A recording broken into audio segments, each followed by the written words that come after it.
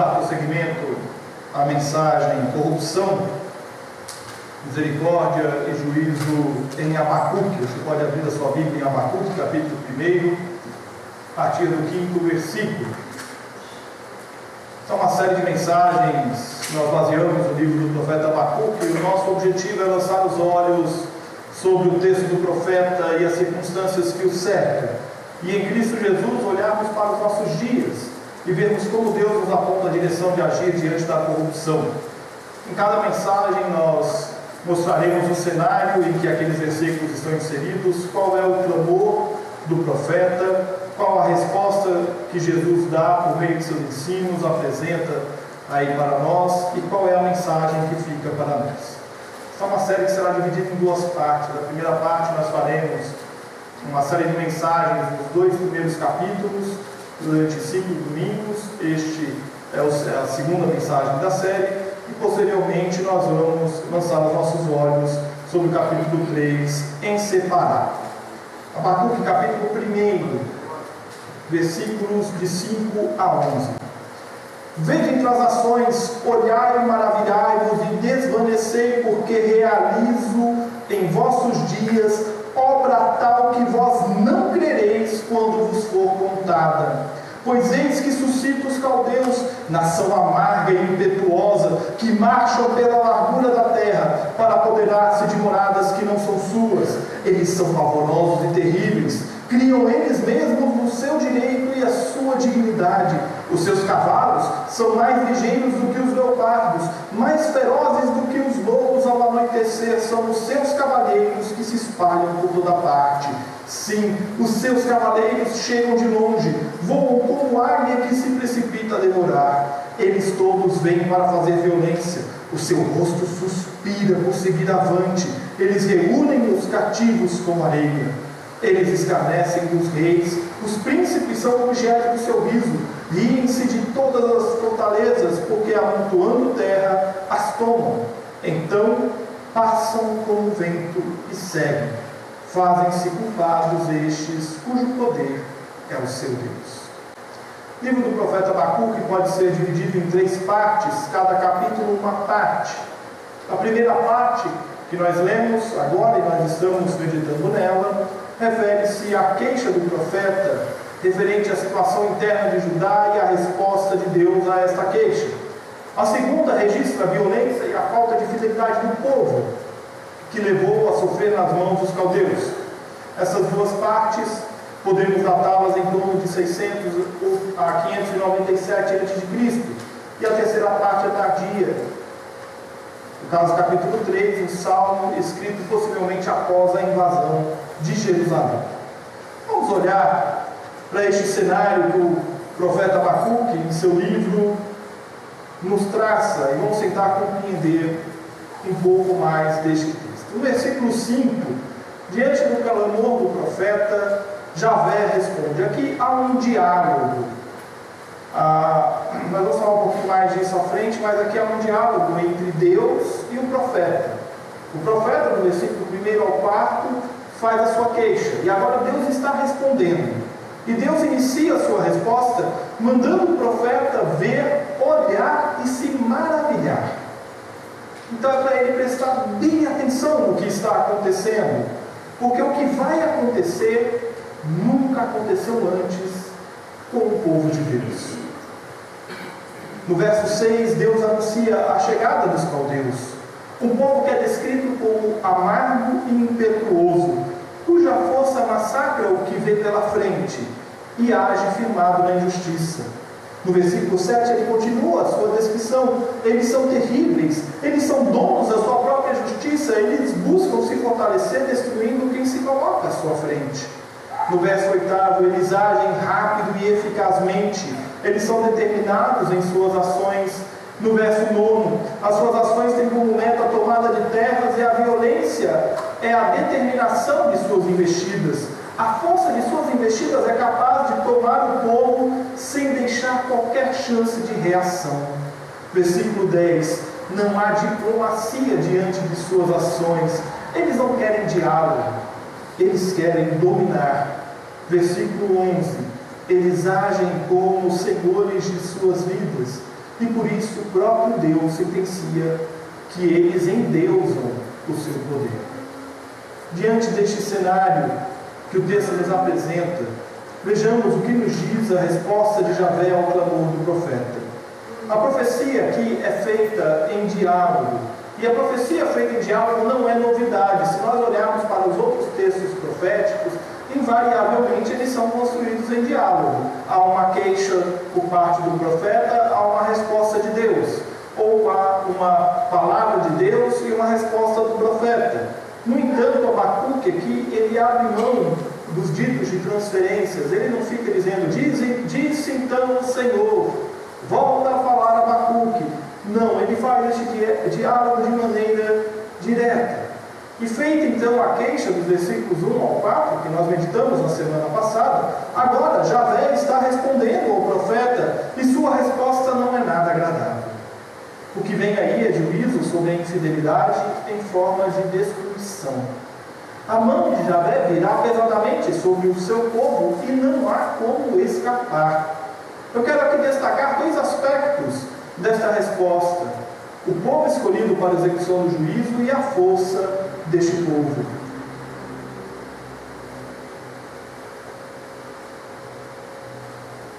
Caldeus, nação amarga, impetuosa. Você já ouviu este nome antes? Caldeus?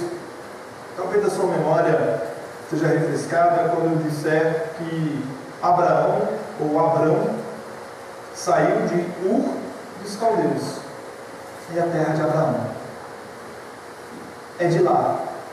É da região onde saíra Abraão, Ur dos Caldeus, que nasce o império que viria a ser conhecido por um nome que eu e você conhecemos mais, chamado Babilônia. Neste caso, é o segundo grande império babilônico, então por isso nós o chamamos de Neo-Babilônia. São eles que são levantados por Deus para serem usados como juízo. Javé é o Senhor da história, do tempo, dos reinos. E Ele usa a história, o tempo e os reinos para fazer cumprir a sua vontade. Assim, é da vontade de Javé que os caldeus se levantem para cumprir o juízo sobre o seu povo. A Babilônia sempre é referida como inimiga do povo de Deus. Para lá o povo é levado após a invasão que aqui está sendo dita. A força deste exército é descrita de maneira grandiosa.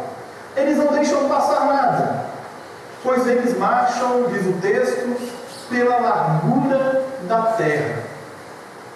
Você imagina região de Judá, uma região montanhosa, porém deserta, e você parado olhando no horizonte, e aonde a sua vista alcança na largura da terra tem um exército vindo em sua direção. Dá para imaginar o tamanho do terror que é isso? Dá para imaginar o tamanho do terror?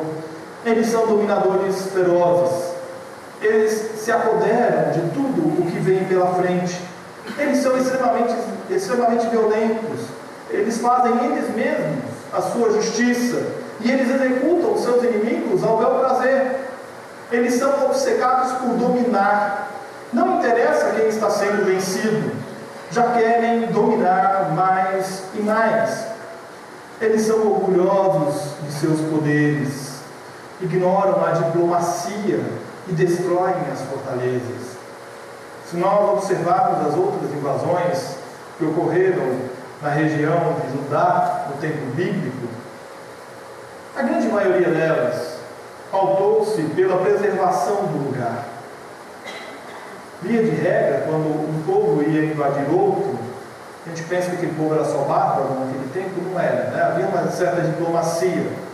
Eles enviavam uma delegação à frente, uma embaixada à frente para dizer: nós estamos vindo e nós vamos invadir. Ou você se rende ou a gente invade e consome tudo. Via de regra, Judá, se não tivesse força para resistir, se entregava para que o seu povo não morresse, para que Jerusalém não fosse destruído. No caso dos caldeus, não há diplomacia. Eles estão vindo. E eles estão vindo com força. E eles estão vindo ferozmente. Não é à toa que Javé diz que o Deus deste povo é o poder. Porque eles são poderosos e fazem da força o seu meio de conquista e vida. Mas o que Jesus tem a nos dizer diante do clamor do profeta? Não há ligação direta do texto de Abacuque com os evangelhos. No entanto, a temática do poder e da violência é abordada por Jesus. Vejamos como exemplo o episódio em que os escribas e fariseus chegam até Jesus trazendo uma mulher pega em adultério. Você pode acompanhar a leitura que eu vou fazer em João 8, João 8, versículo 1. Eu vou ler apenas os 5 primeiros versículos. Jesus, entretanto, foi para o Monte das Oliveiras. De madrugada, voltou novamente para o templo, e todo o povo ia ter com ele, e assentado os ensinava.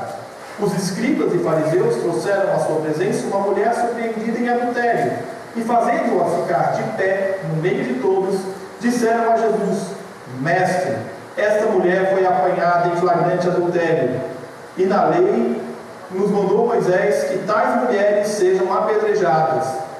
Tu, pois, que dizes? Jesus havia saído de uma situação de violência. Se você voltar os seus olhos no capítulo 7, você verá que, após afirmar que ele é a fonte de água viva, alguns guardas chegam para prendê-lo, para levá-lo preso. Esses guardas enviados pelos líderes de Jerusalém. Saindo dessa situação, ele sobe para o monte e vai orar. Ao voltar, ele vai direto para o templo, para ensinar o povo. E é neste momento que um grupo de escribas e fariseus chegam para confrontá-lo. Eles querem saber se Jesus irá cumprir a lei de Moisés e apedrejar esta mulher que foi pega em adultério. Eles vêm respirando violência. Eles vêm querendo o rigor da lei. A violência religiosa, a violência de gênero, a violência pela violência. E diante da violência proposta pelos escribas e fariseus, Jesus se cala e permanece escrevendo na terra com o dedo. Ele passa a pensar na pergunta e, após a insistência dos questionadores, ele responde uma sentença que ficou bastante conhecida dos cristãos: aquele dentre vós que não tiver pecado, seja o primeiro que lhe atire a pedra. O poder religioso dava o aval àqueles homens para que eles interpretassem a lei de Moisés segundo os seus interesses. A violência dos escribas e fariseus, Jesus apresenta a graça, que nivela todos como pecadores e carentes do amor de Deus. O poder religioso permitia que eles apedrejassem, matassem, alienassem qualquer pessoa que não seguissem seus preceitos interpretativos das Escrituras. Por isso, após haver tentado prender Jesus, eles tentam pegá-lo na lei, para ter do que acusá-lo. Jesus, no entanto, diante do poder religioso e da violência que ele estava sendo intimado a chancelar, coloca todos no mesmo pé diante da graça de Deus, diante do clamor da injustiça. A justiça de Deus se manifesta na graça. Nós vimos o cenário, nós vimos a resposta de Javé ao clamor do profeta, e nós vimos a resposta de Jesus a esse clamor. E agora podemos nos perguntar: o que fica de mensagem disso tudo para nós? Fica a lição de que, diante do poder e da violência, a resposta está sempre na graça de Deus. A graça aplaca os poderes. Os poderes deste mundo vêm marchando pela largura da terra. Eles são implacáveis em difundir os seus valores e em impor os seus interesses. Os poderes deste mundo querem dominar, consumir e descartar você. A graça de Deus vem e diz que a justiça se dá na manifestação do amor do Pai. E se os poderes deste mundo querem nos dominar, nós respondemos com a graça de Deus que já domina e que venceu os poderes e a violência deste mundo. Você pode até se perguntar: mas pastor, aonde que os poderes deste mundo querem me dominar? E eu respondo para você: ligue a sua televisão, abra a internet, leia os valores que estão sendo anunciados, veja aquilo que está sendo pregado pela sociedade, pela grande mídia, veja aquilo que está sendo imposto como sendo politicamente correto, como sendo socialmente aceito, como sendo natural. E é um poder grande e poderoso demais. E estou eu aqui um domingo à noite, atrás de um púlpito, dizendo para você que é bombardeado diariamente, constantemente, por estes valores, com toda a força, pela largura da terra. Lute, resista pela graça. Não considere natural aquilo que é contra a vontade de Deus. Quando você se deparar com poderes que querem te impor valores que vão contra os valores do reino, agarre-se à graça de Deus e enfrente pelo poder do Espírito Santo, sabendo que a tribulação existe para produzir perseverança, e a perseverança é esperança, conforme nos diz o apóstolo Paulo em Romanos 5. Diante dos poderes deste mundo, agarre-se à graça, porque a graça de Deus aplaca os poderes, e a graça de Deus revela a violência. Diante da violenta cena descrita por Javé em Abacuque, ou diante da violência prestes a acontecer no episódio da mulher adúltera, é a graça de Deus que se apresenta, revelando a violência que viria e mostrando que a justiça de Deus se impõe diante da destruição iminente. Em Abacuque, a graça se manifesta nos versos seguintes, que nós meditaremos na semana que vem, mas eu quero apenas antecipar o versículo de número 12, na sua primeira parte. Não és tu desde a eternidade, ó Senhor meu Deus, ó meu santo, não morreremos. Diante de tanta barbárie a caminho, a certeza do profeta é a vida. Mas Abacuque, este exército marcha pela largura da terra, este exército é forte e violento, eles respiram violência, eles agem com violência, por onde eles passam, eles destroem tudo. Não és tu desde a eternidade, ó Senhor meu Deus, ó meu santo, não morreremos. A barbárie está a caminho, mas a certeza do profeta é a vida.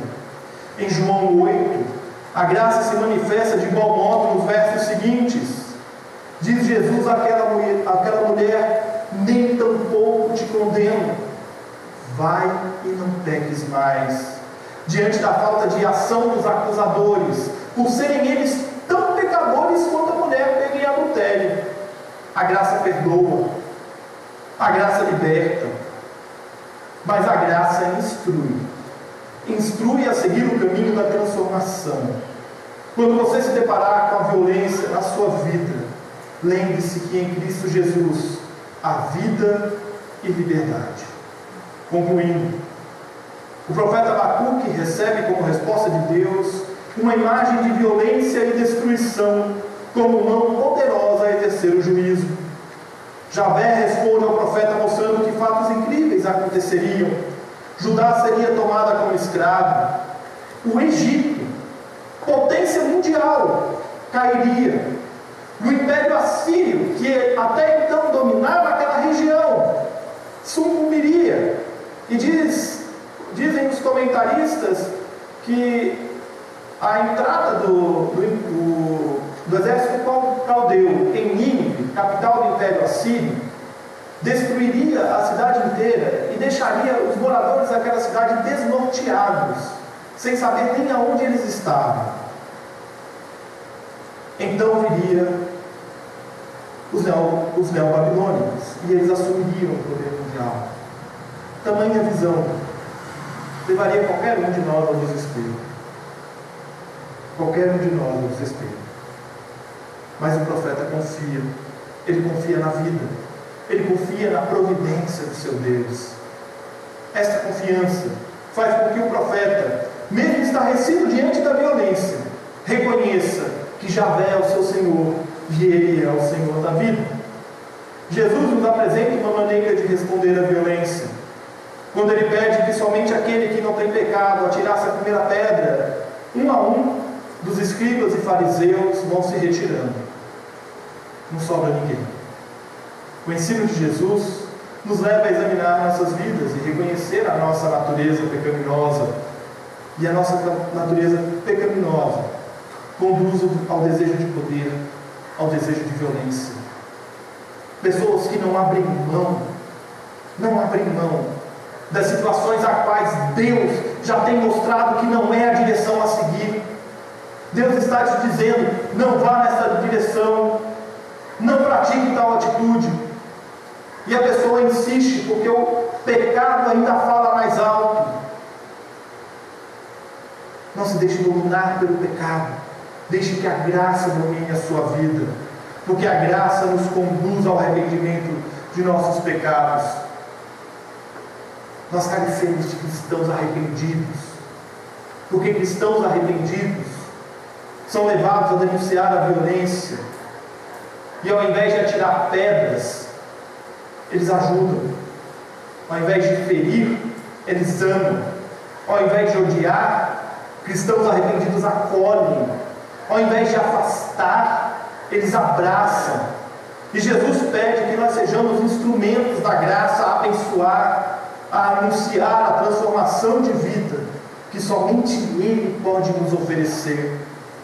Hoje eu e você somos convidados a anunciar a graça de Deus diante das violências ao nosso redor. E nós não precisamos ir para as zonas de guerra para saber que em nossa região há tanta violência acontecendo e tanta gente carregando o nome de Deus calado. Não se cale diante da violência. Clame e atente para a resposta de Deus. Lembre-se, Ele move a história, Ele move o tempo e Ele move as ações. Ele é o Senhor de tudo. Os poderes deste mundo querem o impossível, nos afastar da graça de Deus. Sejamos nós audaciosos na proclamação da graça e na denúncia da violência que nos cerca. Aqueles que são alcançados pela graça de Deus se espantam e se indignam diante da violência, mas jamais deixam de crer na mão poderosa de Deus que nos garante a vida. Que o Senhor nos abençoe.